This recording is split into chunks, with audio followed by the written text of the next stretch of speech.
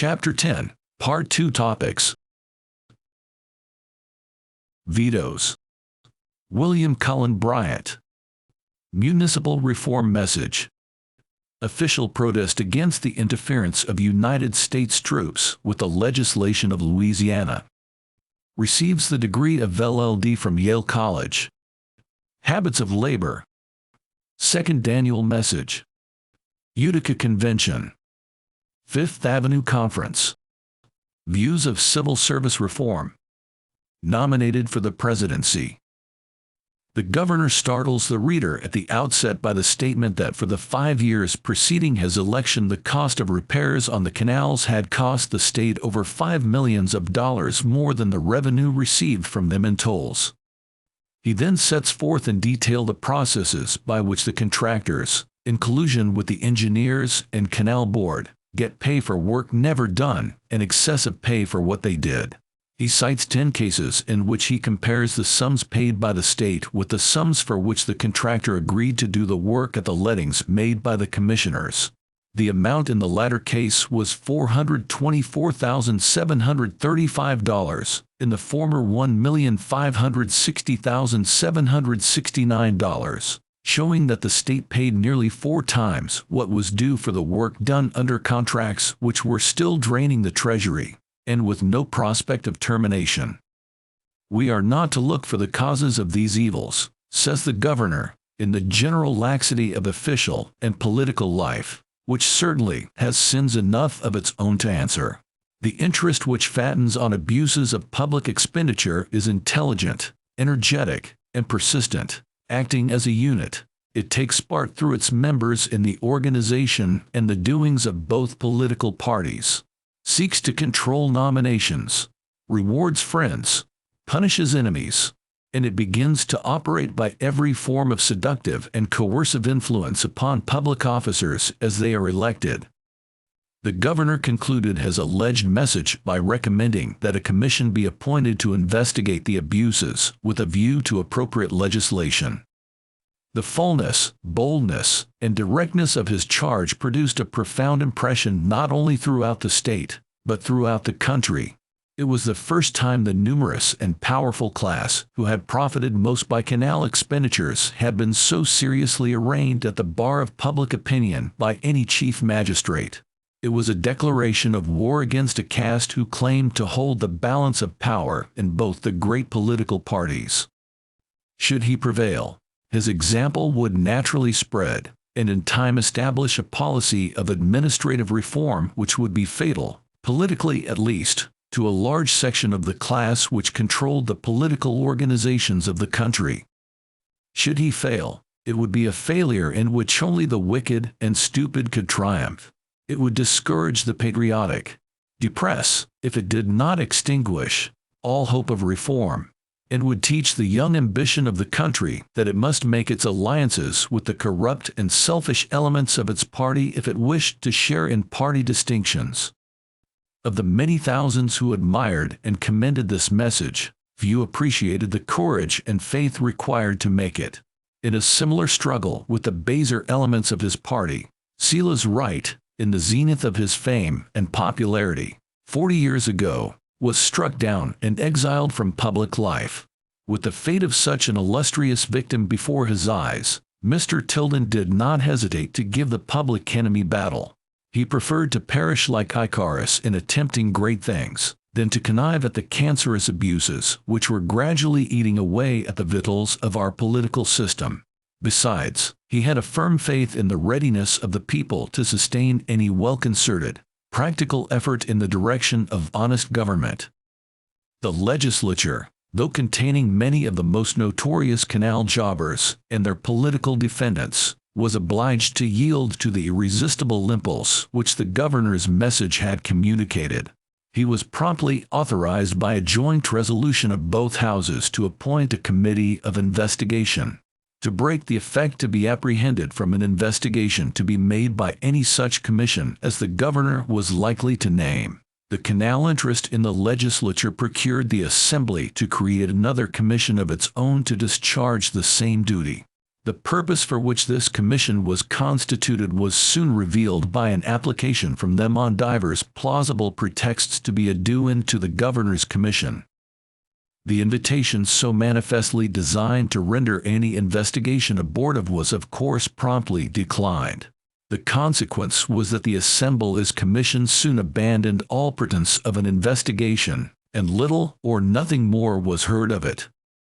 The reports of what was known as the Governor's Canal Investigating Commission, 12 in number, which were handed in from time to time during the summer of 1875 and winter of 1876, not only substantiated all the governor's charges, but resulted in the indictment of George D. Lord for bribery, in the indictment of one of the Board of Canal Appraisers for a conspiracy to cheat the state, in the indictment of an ex-canal commissioner, in the indictment of 2 ex-superintendents of canals and of 1 division engineer, also in the suspension and final removal of the auditor of the Canal Department for unlawfully trafficking in canal certificates. All but 2 of these were Democrats. The governor's denunciation of the canal management and the investigation which it begat yielded to the state an early and abundant harvest, notwithstanding his recommendations for retrenchment in his annual message. The appropriation bill that year for ordinary repairs, as it passed the Canal Committee of the Senate, was nearly as large as in 1874. The bill for extraordinary repairs, or new work, promised also to be nearly as large as that of 1874, appropriating nearly $2 million. After the canal message came in, the appropriation for ordinary repairs was reduced $200,000, below that of the year before. The appropriations for new work were reduced from $2 million to $365,000, and the items representing this sum were vetoed. The governor appointed on this commission John Bigelow, Alexander Rior, Daniel Magone, and John D. Van Buren, Jr. The vetoes of the governor not only put an end to the systematic plunder of the state under the guise of extraordinary repairs, thereby reducing the annual cost of the canals 60 or 70%, but it confirmed the impression in the country that their chief magistrate not only was in earnest in his promises of reforming the state administration, but had what none of his predecessors had exhibited, the courage and ability needed to keep those promises, and what was more encouraging, to pursue the rogues of his own party with no less vigor than those of the opposition. The Rochester Chronicle-Republican of that day is responsible for the following. Governor Tilden weighs only 130 pounds, but the canal ring entertains the view of him that the boy did of the mule. How much did he weigh? Said the boy.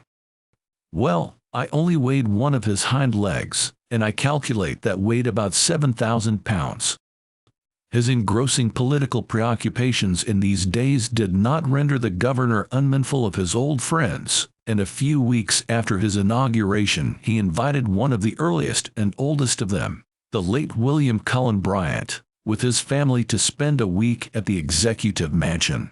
Their acquaintance had commenced when the governor, a lad in roundabouts, accompanied his father to the office of the Evening Post, in the early stages of President Jackson's controversy with Nicholas Biddle and the United States Bank. In after years Mr. Bryant often spoke of the impressions left upon his mind by this precocious stripling whose mature manner and conversation made him appear, but for his size and dress, rather the eldest of the party. Mr. Tilden soon after this visit came to New York, when the acquaintance thus begun ripened rapidly into an enduring friendship. Mr. Bryant gradually conceived such respect for his character and judgment that he rarely took any important step in professional matters without consulting with him. A conference with the poet about his will was interrupted by Mr. Tilden's call to Albany for his inauguration as governor. During Mr. Bryant's stay with the governor at Albany he was tendered a reception at the executive mansion, and another by both branches of the legislature. This latter a compliment, which, I believe, had never been paid before in this country to a man of letters. When Mr. Tilden became governor, the permanent debt of the several cities of the state of New York, embracing in round numbers a population of about 2 millions, exceeded $170 million, of which the annual interest was about $11 million. This interest alone exceeded by some 2 or 3 millions the amount appropriated for carrying on the government of the whole state for 1875. The debt of the city of New York had increased in 15 years to $113 million, the interest on which alone would have sufficed to pay all the expenses of the city and county in 1860. Between 1840 and 1850, the city's debt had increased about 20%. Between 1850 and 1860, 50%. Between 1860 and 1870, nearly 400%. And in the succeeding 6 years, at the rate of about $6.5 million yearly. The tax levy in 1850 was $5 for each inhabitant, or for a tax rate less than 1%. In 1876 the tax levy was $20 for each inhabitant, and the tax rate was doubled. The increase of expenditure as compared with the increase of population during the same period being more than 400%, and as compared with the increase of taxable property more than 200%. The abuses which these figures imply had resulted in part from the neglect of the legislature to discharge the duty imposed upon it by the Constitution of 1846, properly to restrict municipal corporations in their powers of taxation, of assessment, of borrowing money, of contracting debts, and of loaning their credit, and in part from the as yet undefined boundaries which separate the provinces of local and state governments.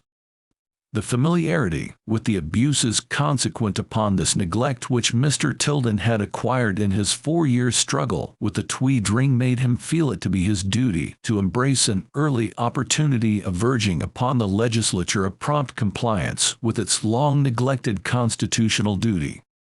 As the questions were more or less complicated, and required more study and deliberation than the members of the legislature, if disposed, could well devote to them, the governor on the 11th of May, in a message to the legislature, I recommended the creation of a commission which should report at the following session the forms of such laws or constitutional amendments as were required.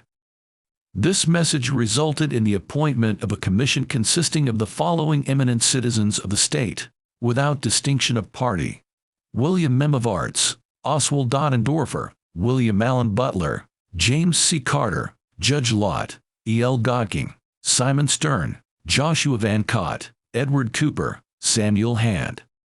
President Anderson, of Rochester University, was also designated, but in consequence of his official duties was unable to serve. The labors of this commission were not so fortunate as to yield any practical result. They reported the draft of an amendment to the state constitution providing a framework of government for all the cities of the state. This amendment passed one legislature, but failed in the second, at the special instance and dictation, it is said, of the late Senator Conkling. The rock on which it split was a provision for the creation of a board of audit, with powers to examine and veto only, to be elected by taxpayers or owners of property to a limited amount. This property qualification of the electors of the Board of Audit, though it in no way affected the qualifications of voters for the ordinary municipal officers, was cried down as an indirect and underhanded attempt to restrict the suffrage. A few months prior to the meeting of the legislature, a squad of United States soldiers entered the legislature of Louisiana while that body was in session and removed from it 5 of its members. Lieutenant General Sheridan, by whose orders this outrage upon a sovereign state was perpetrated, sent a dispatch proposing that a class of citizens, indefinite in number and description, should be declared, either by act of Congress or by the President, banditti. He then indicates a purpose to try and execute them by military commission. These acts and threats, though not only unlawful, but without any color of legality, were not only not rebuked by the President nor by the acting head of the army, but the Secretary of War promptly telegraphed to General Sheridan that the President and all of us have full confidence in and thoroughly approve your course. On the 12th of January, Mr. Tilden very properly made these proceedings the theme of an earnest and impressive communication to the legislature, in which he demonstrated not only the utter lawlessness of the proceedings of the United States troops in the legislature of Louisiana, but that the ulterior measure proposed by General Sheridan, if carried into execution, would have exposed him to conviction of the crime of murder at common law. He concludes his message with the following impressive appeal to the legislature of New York, first of the commonwealths of the American Union, in population, in resources, and in military power, to condemn the proposition of General Sheridan by a public reprobation which shall make it memorable as a warning to all future officers of the state and army. The patriot statesmen who achieved our national independence and formed our institutions of free government forebode, if we should ever fall in intestine strife, that the ideas it would inspire in military minds of insubordination to the laws and of uncivic ambition, and the habit it would generate in the people of acquiescence in acts of unlawful military violence, would imperil, if not destroy, civil liberty. Events compelled us to a manly choice of confronting these dangers in a struggle to save our country from dismemberment, and to vindicate the just rights of the Federal Union. Having triumphed in that struggle, now forever closed, we are made sensible of the wise foresight of the founders of our freedom and their warning of the opposite dangers which would attend our success. Those dangers come to us in acts of illegal military violence, committed in times of peace, in the usurpation by the soldiery of a power to decide the membership of our legislative assemblies, whose right to judge exclusively in such cases has ever been guarded with peculiar jealousy by our race, in the proposal, made and accepted by our highest civil and military functionaries, to subject our citizens to tribunals in which a military officer will decide, without appeal, what persons, happening to be found in the locality, shall be sent to them for trial, will appoint the members of the court, will review and confirm or change the judgment and sentence, and may order instant executions, and in which the accused will be tried in secret, and without counsel for his defense. This proposition is thus made, and thus sanctioned, notwithstanding that, for similar acts, our English ancestors sent the first Charles to the scaffold, and expelled the second James from the throne, and our own forefathers, exiled by kindred tyrannies, and planting freedom in the wilderness, were careful to insert in our Constitution positive prohibitions against the application to any but military persons of such tribunals. Unless such a proposition, so made and so sanctioned, shall be condemned by a public reprobation which shall make it memorable as a warning to all future officers of the state and the army, the decay of the jealous spirit of freedom, the loss of our ancestral traditions of liberty, acquired through ages of conflict and sacrifice, the education of the present generation to servile acquiescence in the maxims and the practices of tyranny, will have realized the fears of Washington and J. and Clinton and their compatriots. New York, first of the commonwealths of the American Union, in population, in resources, and in military power, should declare her sentiments on this occasion with a distinctness, a dignity, and a solemn emphasis, which will command the thoughtful attention of Congress, of her sister states, and of the people of our whole country.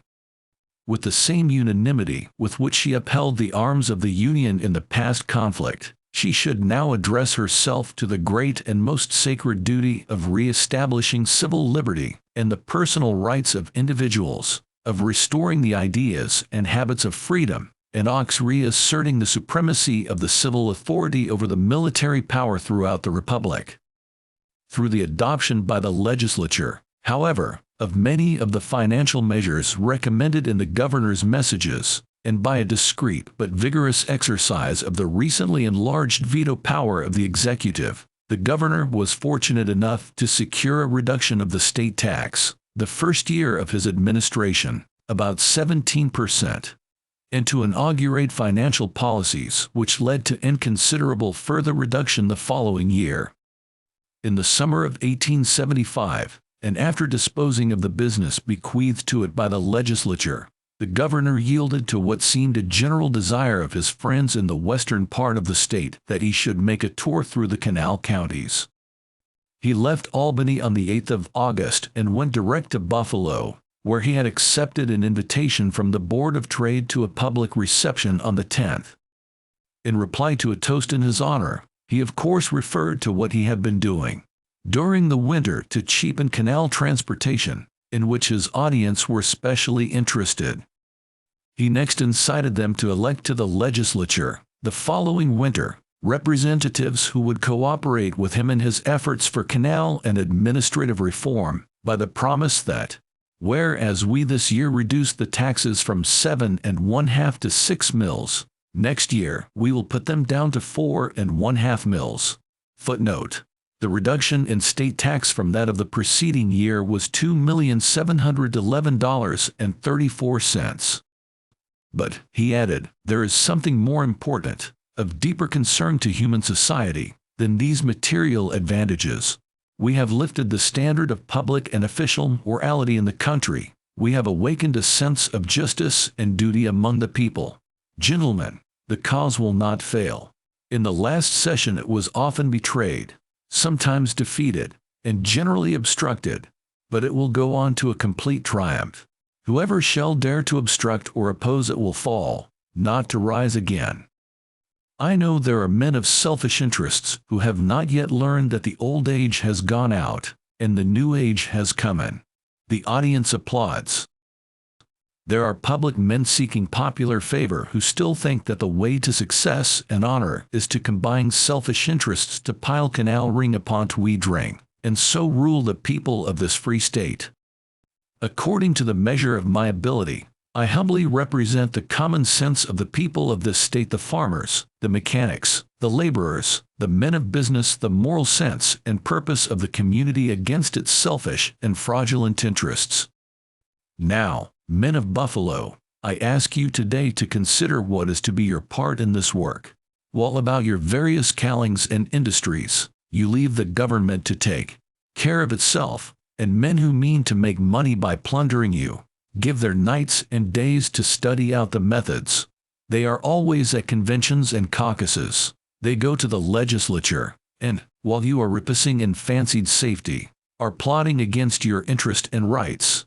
If you will permit me to offer a suggestion, I do not assume to advise. I only say that when bad men conspire, good men should combine. Applause.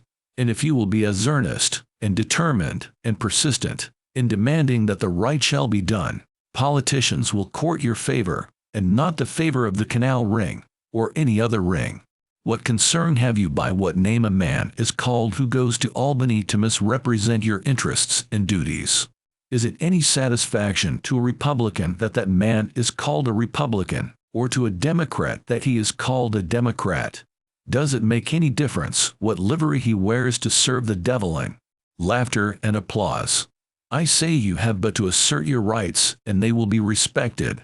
And when the parties to which you belong come to make their nominations, if there be on the tickets any one not true to you, you have but to exercise the reserved rights of the American citizen, to vote for somebody else. Cheers. On his return he was met at the railway station at Syracuse by a large assembly of people, anxious to see him and hear from him, where he availed himself of the occasion to say a few words from the platform of his car, which derived peculiar interest from the circumstances under which they were delivered. Syracuse, more than any other place in the state, was the headquarters of the canal ring. It was the residence of both Denison and Belden. After a few introductory words, Mr. Tilden said, I was called on this morning to speak some words of encouragement and hope to 400 little boys in the Western House of Refuge. During all my journey I have been frequently followed by persons asking for their friends and for those in whom they were interested a pardon from the penitentiaries and state prisons. I have been compelled to look into such cases and see who are the inmates of these institutions, and of what they have been accused, to see what it is that constitutes the wrongs to society of which they have been convicted. When I have compared their offenses, in their nature, temptations, and circumstances, with the crimes of great public delinquents who claim to stand among your best society, and are confessedly prominent among their fellow citizens, crimes repeated and continued year after year, I am appalled at the inequality of human justice. Great applause. The effort to give you redress has been, for the last 3 months, derided and scoffed at. We have been told that nothing would come of it, that the people would fail, that their rights would not be maintained, and particularly that these great rich and powerful culprits would prevail, would escape the meshes of the law and the punishment due to their crimes, that their palaces, built with the monies drawn from the sweat and toil of our honest, industrious, hard-working citizens, would continue to rise like exhalations and shame public morality and public honor. Fellow citizens, I say to you tonight, as I said on the 4th of November, 1871, now nearly 4 years ago, when I took a share in the great contest in New York City, in your cause I will follow where any shall dare to lead, or lead where any shall dare to follow. But I will speak a word of encouragement to those who are less hopeful. You can send, if needful, to the legislative bodies, men who will make new and better laws to punish those wrongs and to bring the wrongdoers to justice.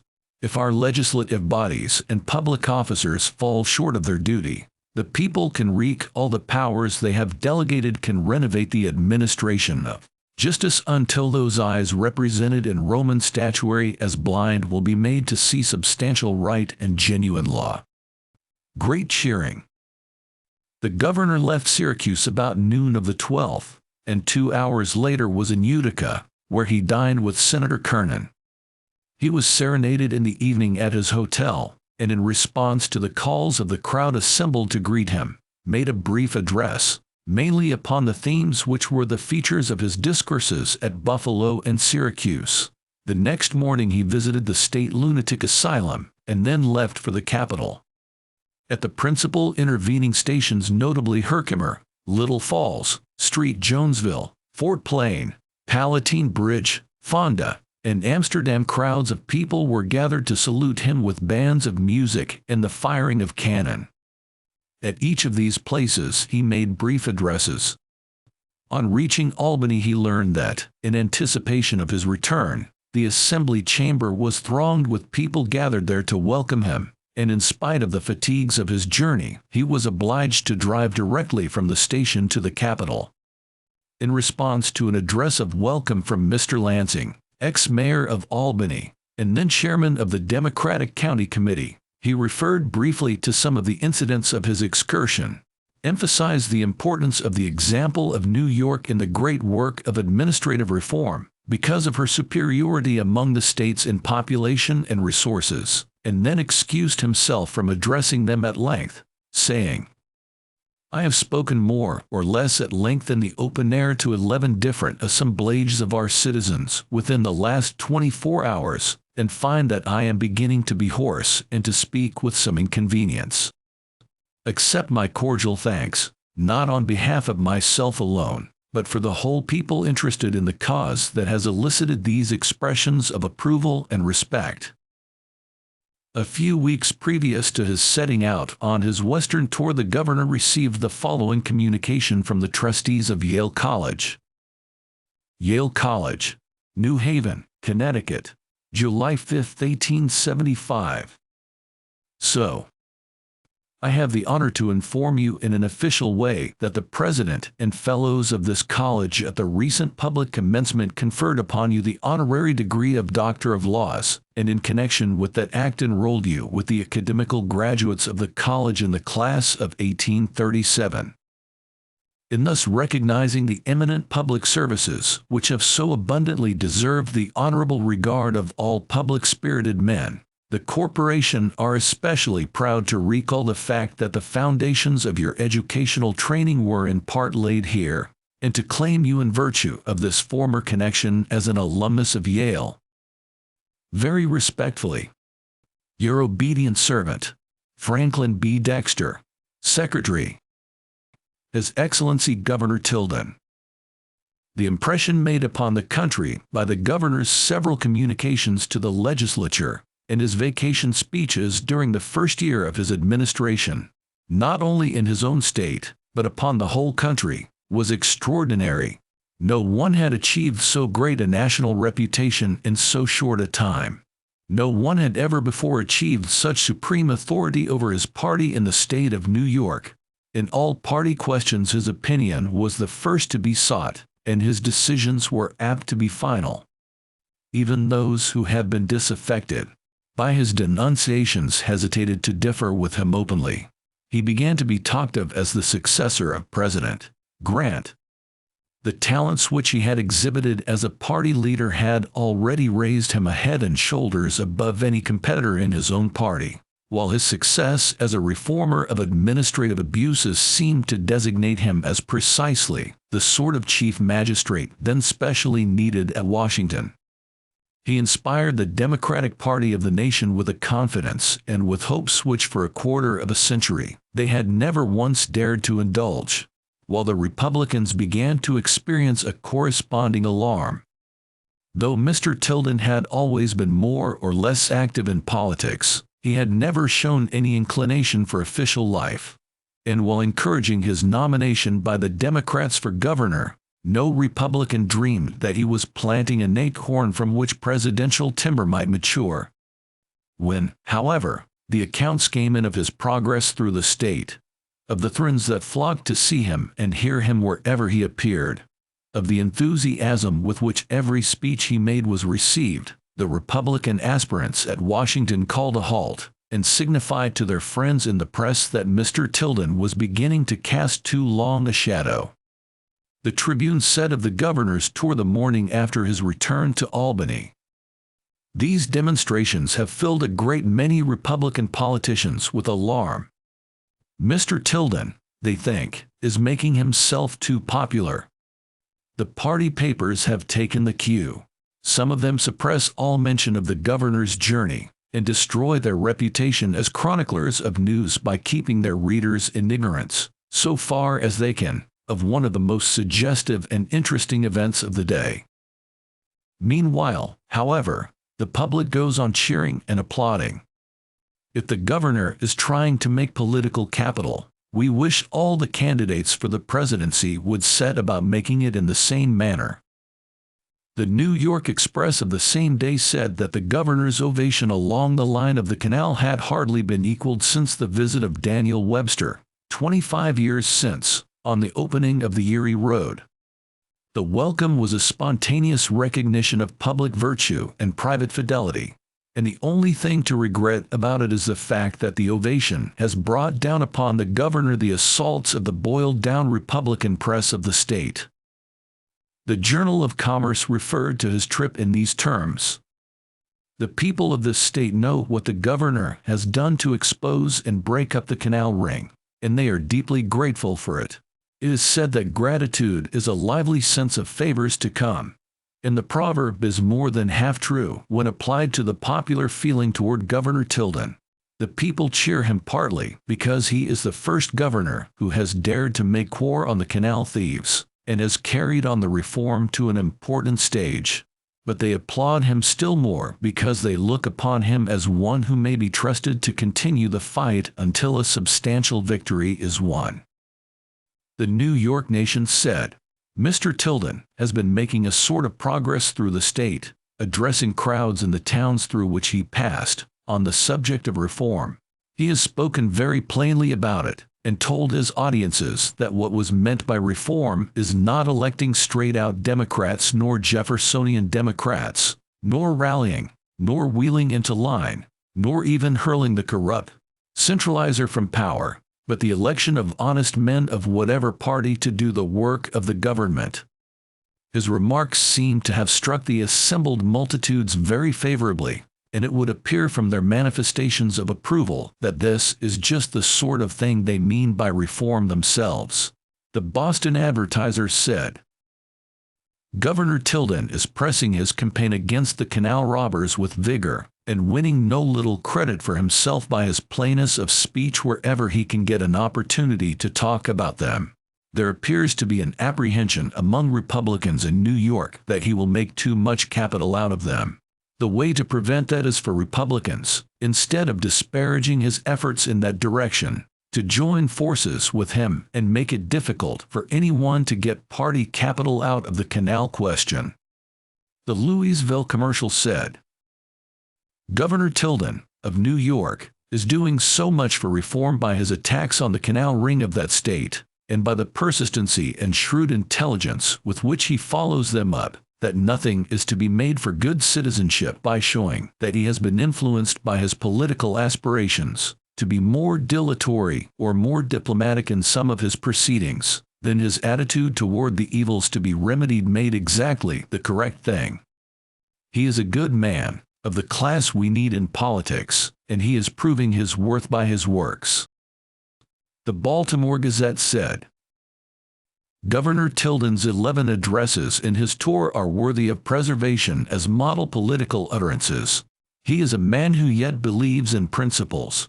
With him the platform of his party is not a mere utterance of platitudes, but a solemn profession of faith which he is bound to keep. In not a single word did he forget that he was the chief magistrate of a state, the governor of a whole people.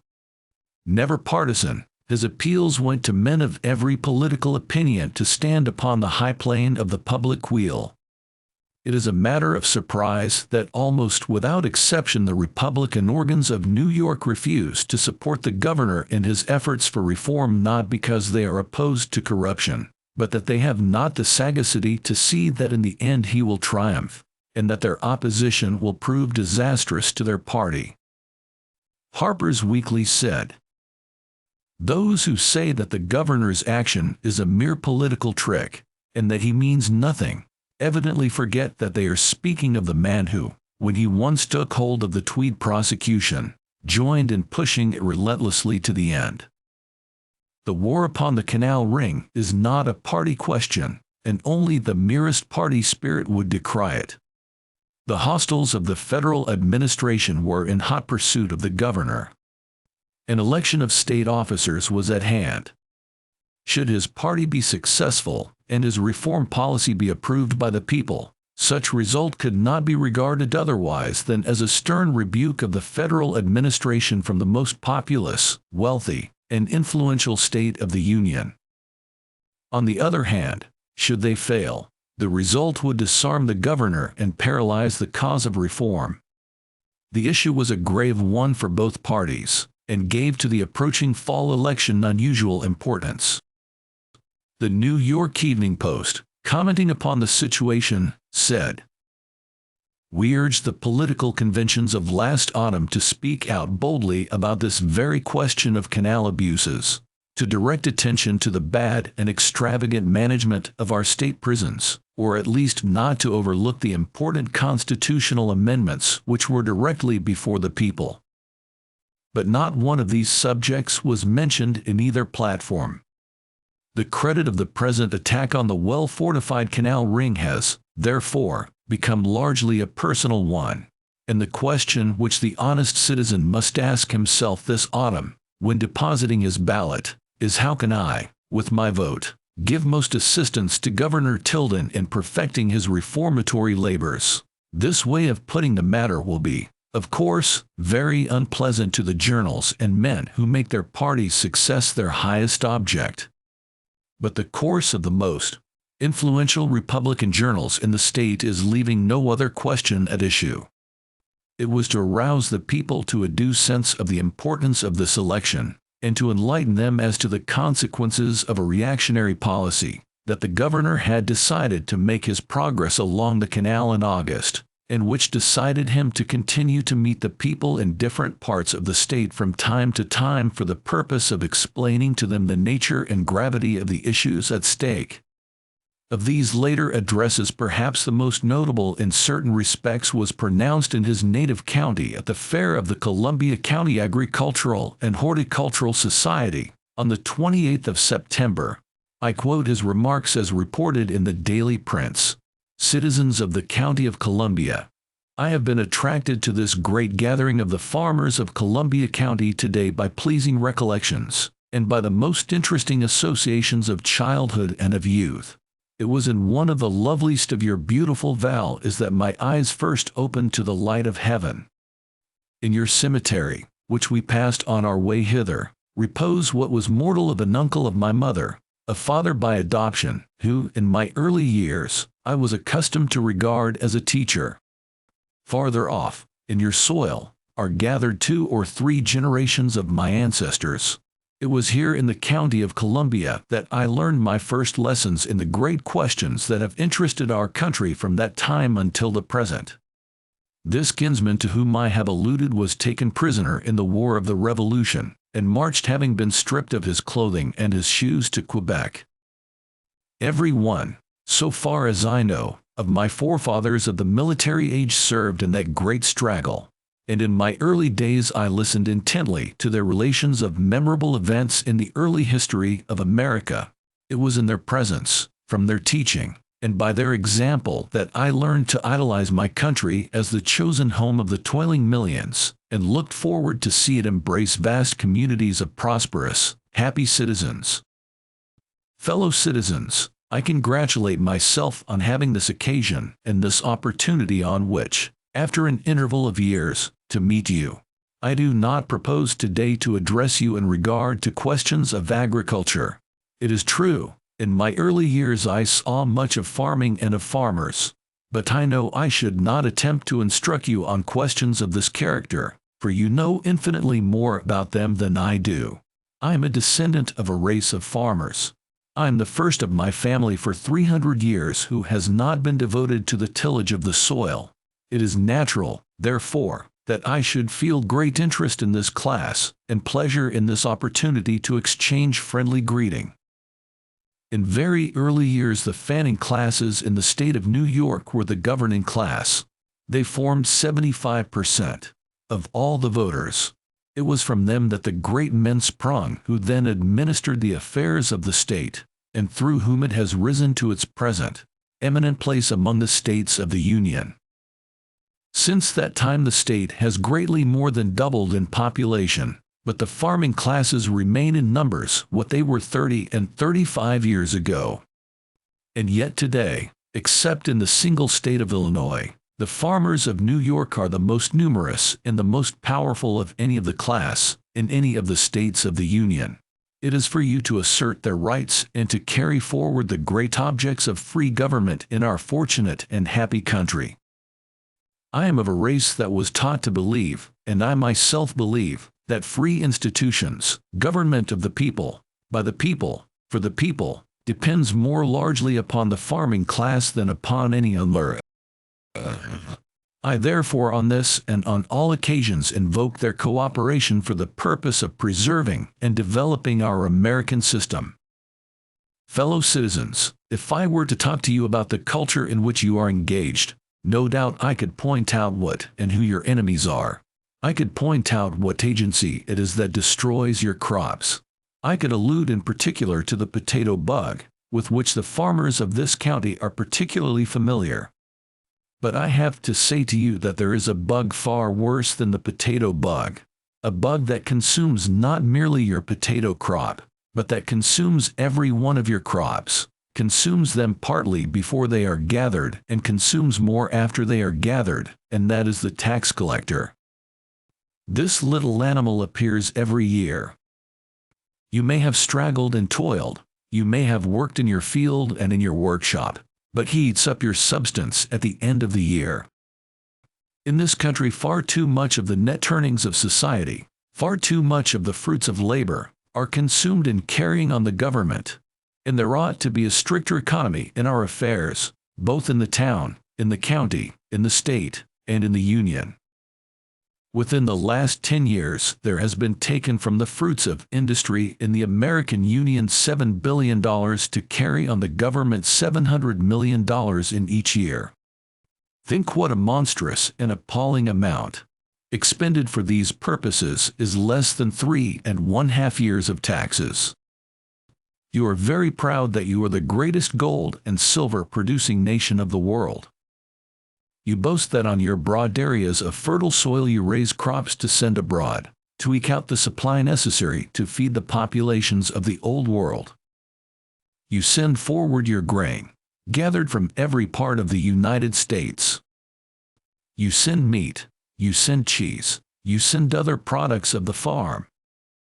You send vast quantities of petroleum, and then you have one crop, the most of which is exported, the largest that any nation in the world ever contributes to the exchange of mankind. I mean the cotton crop, which yields from $200 million to $280 million a year to foreign exports. Now, my fellow citizens, what is the result? When you have sent forward your gold and your silver, when you have sent forward your petroleum, when you have sent forward your wheat, and your corn, and your cheese, and your meat, and your products of every kind, when you have sent forward your cotton, when you have raked and scraped this continent from the lakes to the Gulf, from the Atlantic to the remote interior, and paid the cost of carrying them to the seaboard, a cost often larger than the original cost of raising the products, what have you done? Why, with every exportable commodity of this continent arrived at our Atlantic ports and delivered into the vessels of foreigners, you have paid only 10 months of 1 year's taxes.